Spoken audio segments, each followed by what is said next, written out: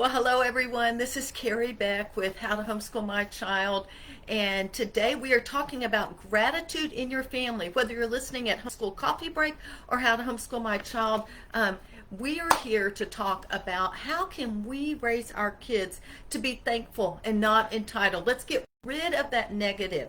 So it is actually Thanksgiving week that we are recording this. So you may be listening to it before Thanksgiving or after Thanksgiving, but I would love for you to share one thing that you are thankful for. One thing that you as mom can show gratitude, because we're going to come back to that in just a minute. Now, I was going to pull this up on my phone, but I think I will just wait. I do want to start to watch some of the comments. So whether you're listening to the replay or the live, please leave a comment and just let us know one thing that you are grateful for. So let's take a step back and talk about what is gratitude. We're going to talk about a biblical perspective and then practical tips and easy ways that you can actually instill gratitude in your family. In the description or the show notes, you will see that I've sent you some links already. Some of them are free resources like our gratitude challenge, our 25 days of thanks. Others are a small amount. They're all less than $10. So if there's something there that would be helpful to you, go grab it. Whether it's paid or free, it doesn't matter. I am here to try to help you as best I can. So what is gratitude? Let me just get my notes out here because I actually had a few things I wanted to show you. I know if you're on the podcast, you can't see it, but really gratitude is a feeling of appreciation for someone doing something for you, being there for you. It is an opportunity for you, and I'm talking to you moms first. We will move to your children in a moment. But if you are not expressing gratitude, how in the world could your kids learn what gratitude is? So it is an appreciation for someone else doing something for you. It is focusing on the positive, not the negative. And I truly believe that when we begin to show gratitude, it changes the way our minds think. We can change the way we think, believe it or not, just by rewiring those synapses or whatever they're called. And that's a whole nother lesson. And I've got other podcasts and Facebook Lives about that. But let's face it, if you continue to speak truth and be grateful every day, let's just say for 30 days, I think it's 21, but let's just go an extra week. 30 days, you can actually change the way you think. And you can have your kids change the way they think from negative and entitlement over to gratitude. We can train our minds to quit complaining, to think differently. All right? So let's look at another definition of gratitude. Gratitude is a lifestyle, a hard-fought, grace-infused biblical lifestyle. This is one of my favorite speakers, Nancy DeMoss Wolgemuth. Some of you have heard me speak about her. I was going to grab the tape so I can actually put that up here if you're watching on the video. I know on the podcast you can't quite see it. But let's talk about that. It is a lifestyle. Gratitude is a lifestyle. And it is actually hard fought. Let's go this way. It is hard fought. It is grace infused. That means God is the one who can change our attitude from negative, selfish thoughts to thinking of others and being grateful and thankful to them as well. This is truly a biblical lifestyle. I love her definition here. Why teach gratitude? What benefits does it have? Now, most of you would say, well, yes, I want my kids to be grateful. And you are absolutely right. But let's talk about what research shows. There is actual research. And I will tell you right now, whenever I have read books about how to not just improve ourselves, but how to get out of those trials, that negativity, even all the way into depression, but anything where we are being negative, there is one common item in all the research that I have ever read, and it is thankfulness. It is gratitude. And so research shows that when we become grateful, when we express gratitude, it increases our well-being. It gives us positive emotions. It increases our optimism because you're replacing your negativism, pessimism, with optimism. It gives us a sense of connectedness with the people and the things and whatever's around us that we are grateful for, especially when we go to God and we express thankfulness. It improves our relationships if we continue to say thank you to people that have done something for us, or maybe they have just acted a certain way. This is amazing, but this is true. And I have actually read this on several studies. It gives you more sleep and a better quality of sleep. Can you believe it? Let me pull this one out. I have another talk I'm giving in 30 minutes for business owners, and same thing. Improved health, heart health, sleep quality. Can you believe just becoming a thankful person or thankful family, thankful children can improve our sleep quality? It allows us to be able to cope and stress with major adversities. Now, I personally believe that it all goes back to first being thankful to God. You know, when I look at this, the light turns yellow and white depending on where I am. All right, it can change our attitudes, but I believe all gratitude, true gratitude that's going to change, begins with thanking God, praising God, honoring God, giving him all the glory, because he is how we get out of bed in the morning. I know I was having coffee with a friend of mine this morning, and she's going through some tough times. She knows I have gone through some tough times. We were talking about forgiveness and how we really can't do a lot of this on our own. And I looked at her, I said, I could not get out of the bed in the morning if I didn't have God in my life, if I didn't have a relationship, a personal relationship with him. And because of him, I can always be thankful and gracious. You know, I will tell you, I think it was 3 years ago, this week, right now, I was in depression. I did not know it at the time, but I was walking in depression. There are a few things that kept me keeping focused and being able to eventually get to joy. It was gratitude in some ways, but I will tell you, every morning I got up and I spent time with God. Did I want to? No.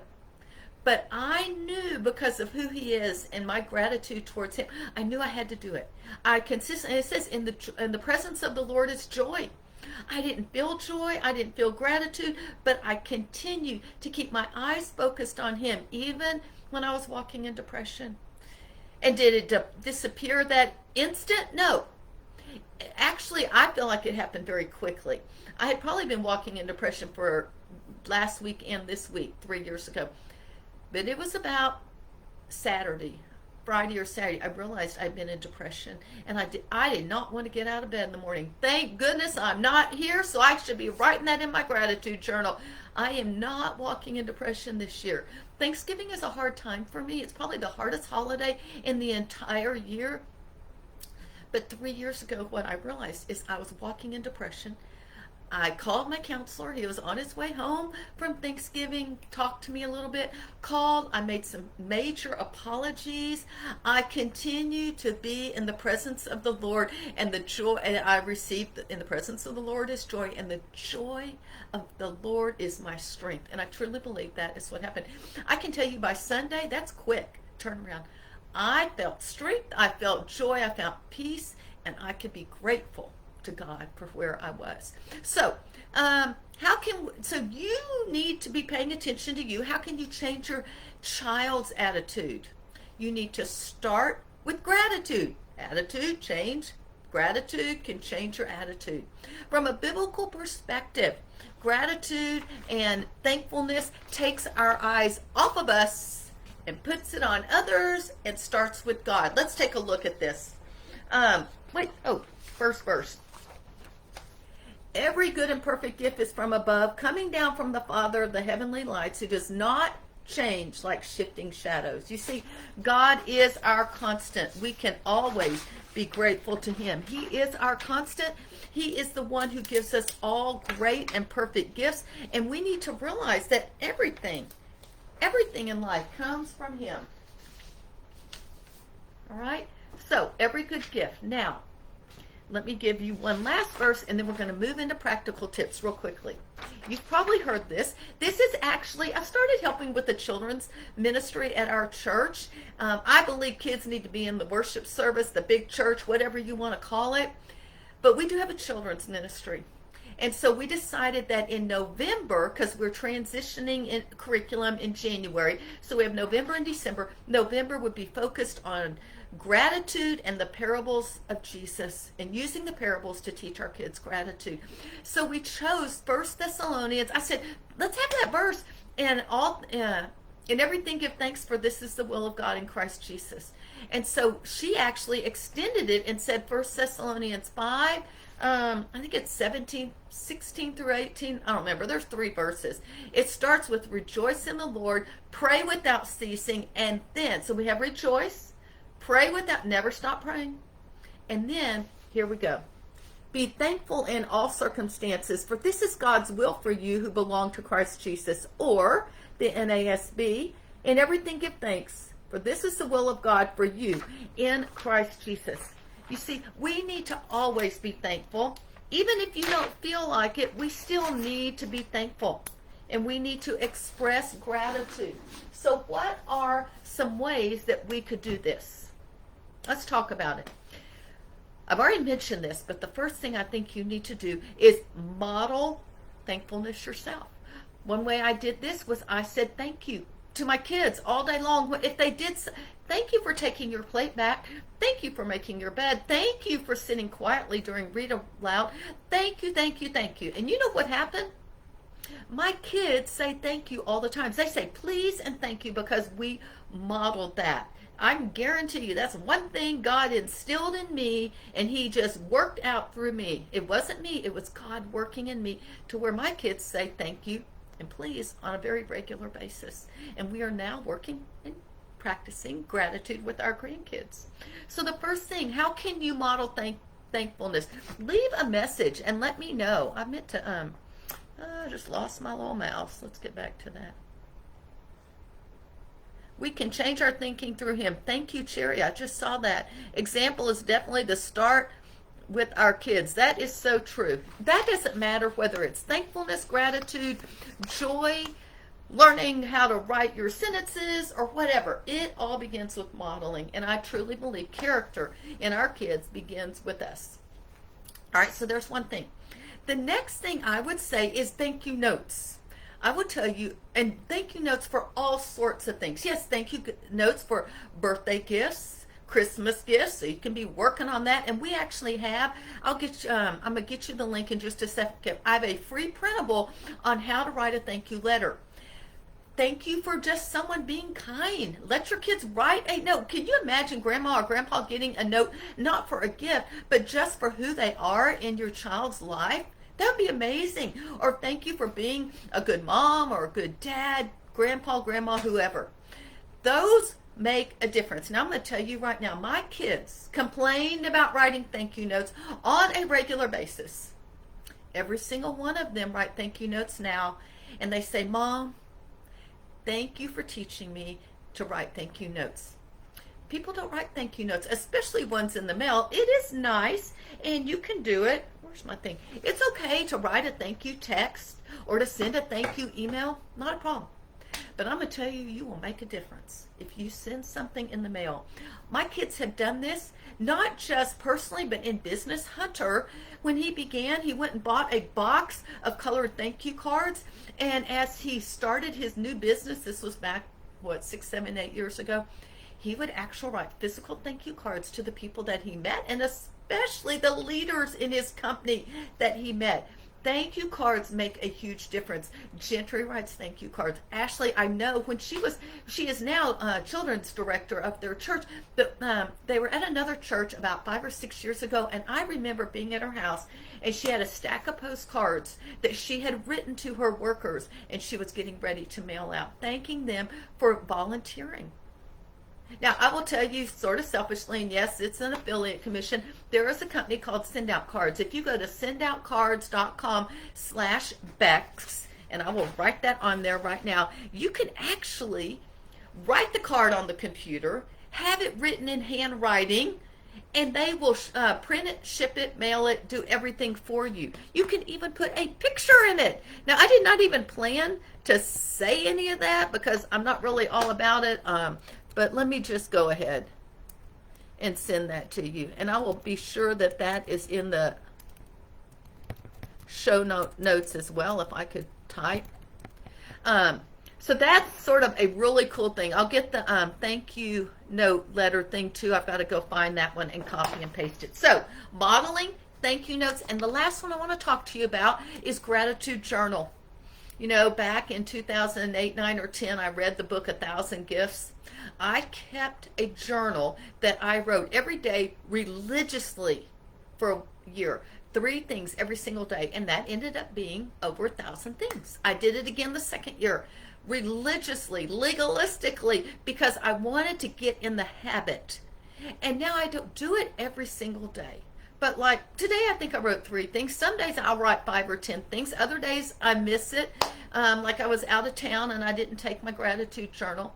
I'm on gratitude journal number 2. I'm almost at 10,000. I'm 9,000 something.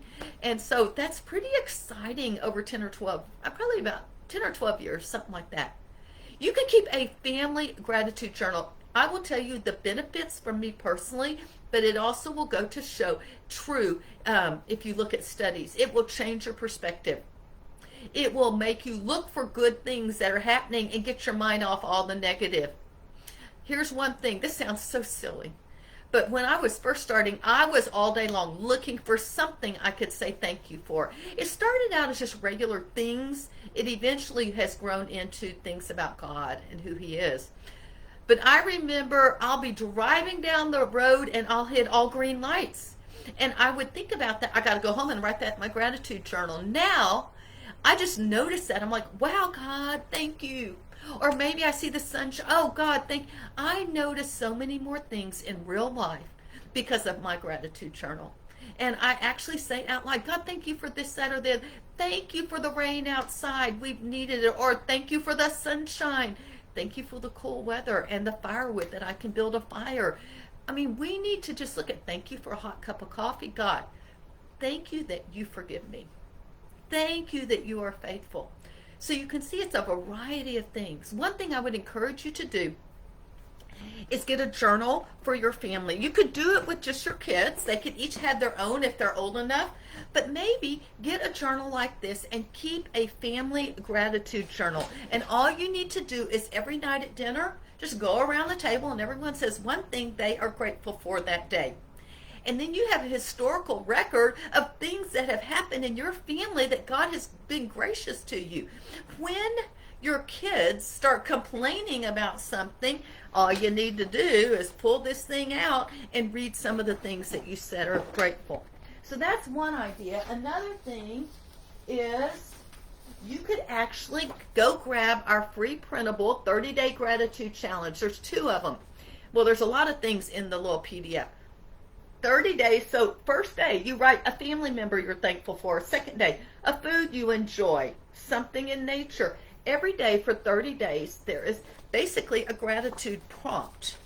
The other things that will come in here is maybe you don't really want, maybe you're like, my kids are older, they don't need this. You could just use the plain blank one and they can fill in anything that day. They could fill in multiple things.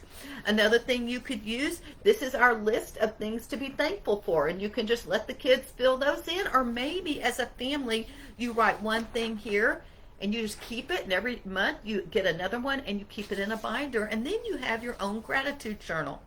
And then lastly, we've got this, how to write a thank you letter. I will get the link to this. It might be in the gratitude challenge. I don't remember, but it walks you through what to include in writing a thank you a thank you letter.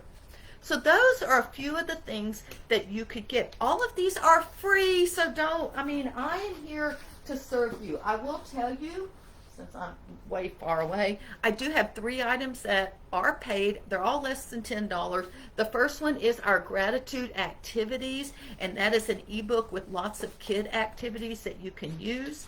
The next one is our Mother's Prayer Journal, Give Thanks, and it goes through an acrostic to have you read a verse, think about it, write about it, apply it. Here's an example: pray, read and write, keywords, ask, and you. And so that is an example of what you're going, and that verse is on generosity and thanksgiving. The other thing we have is that give thanks to God, Copywork for all ages. And so again, here's a verse, and your kids will copy it, and you might even have it for discussion, those kinds of things as well. I think that's it. Okay, I'll show one more thing. Y'all may have seen on my in our group, something, a squirrel or something ate my pumpkin for the second year in a row. So there's a big hole on it. But here's something I did do. If you still have your pumpkin, we wrote our thanks all the way around every day, or you could just sit and spend some time writing ideas down on your pumpkin until you filled your whole pumpkin up. And that is another fun way to express gratitude. Here's another sort of closer up picture. So those are just a few ideas for you to be able to get your kids to think graciously and on others. As we move into Christmas, sometimes it's hard to get our kids to quit thinking about me, and gifts. This would be some fun ways, some things that you could do to change their, first you change your perspective. If you're complaining all the time, you feel like everything's going wrong and that's what they hear, they're going to repeat it. But if not, then they might hear you being thankful and gracious. And if you're saying thank you on a regular basis, they will pick it up. They will copy you. They will mimic you. I know for sure. Anyway, if y'all have any ideas, no matter where you're listening to this, please leave a comment. Let us know at least one thing that you are thankful for. And then also let us know any other ideas that you may have as far as gratitude and how you can show gratitude. Hey, I am Carrie Beck with Homeschool Coffee Break and How to Homeschool My Child. Y'all have a great day.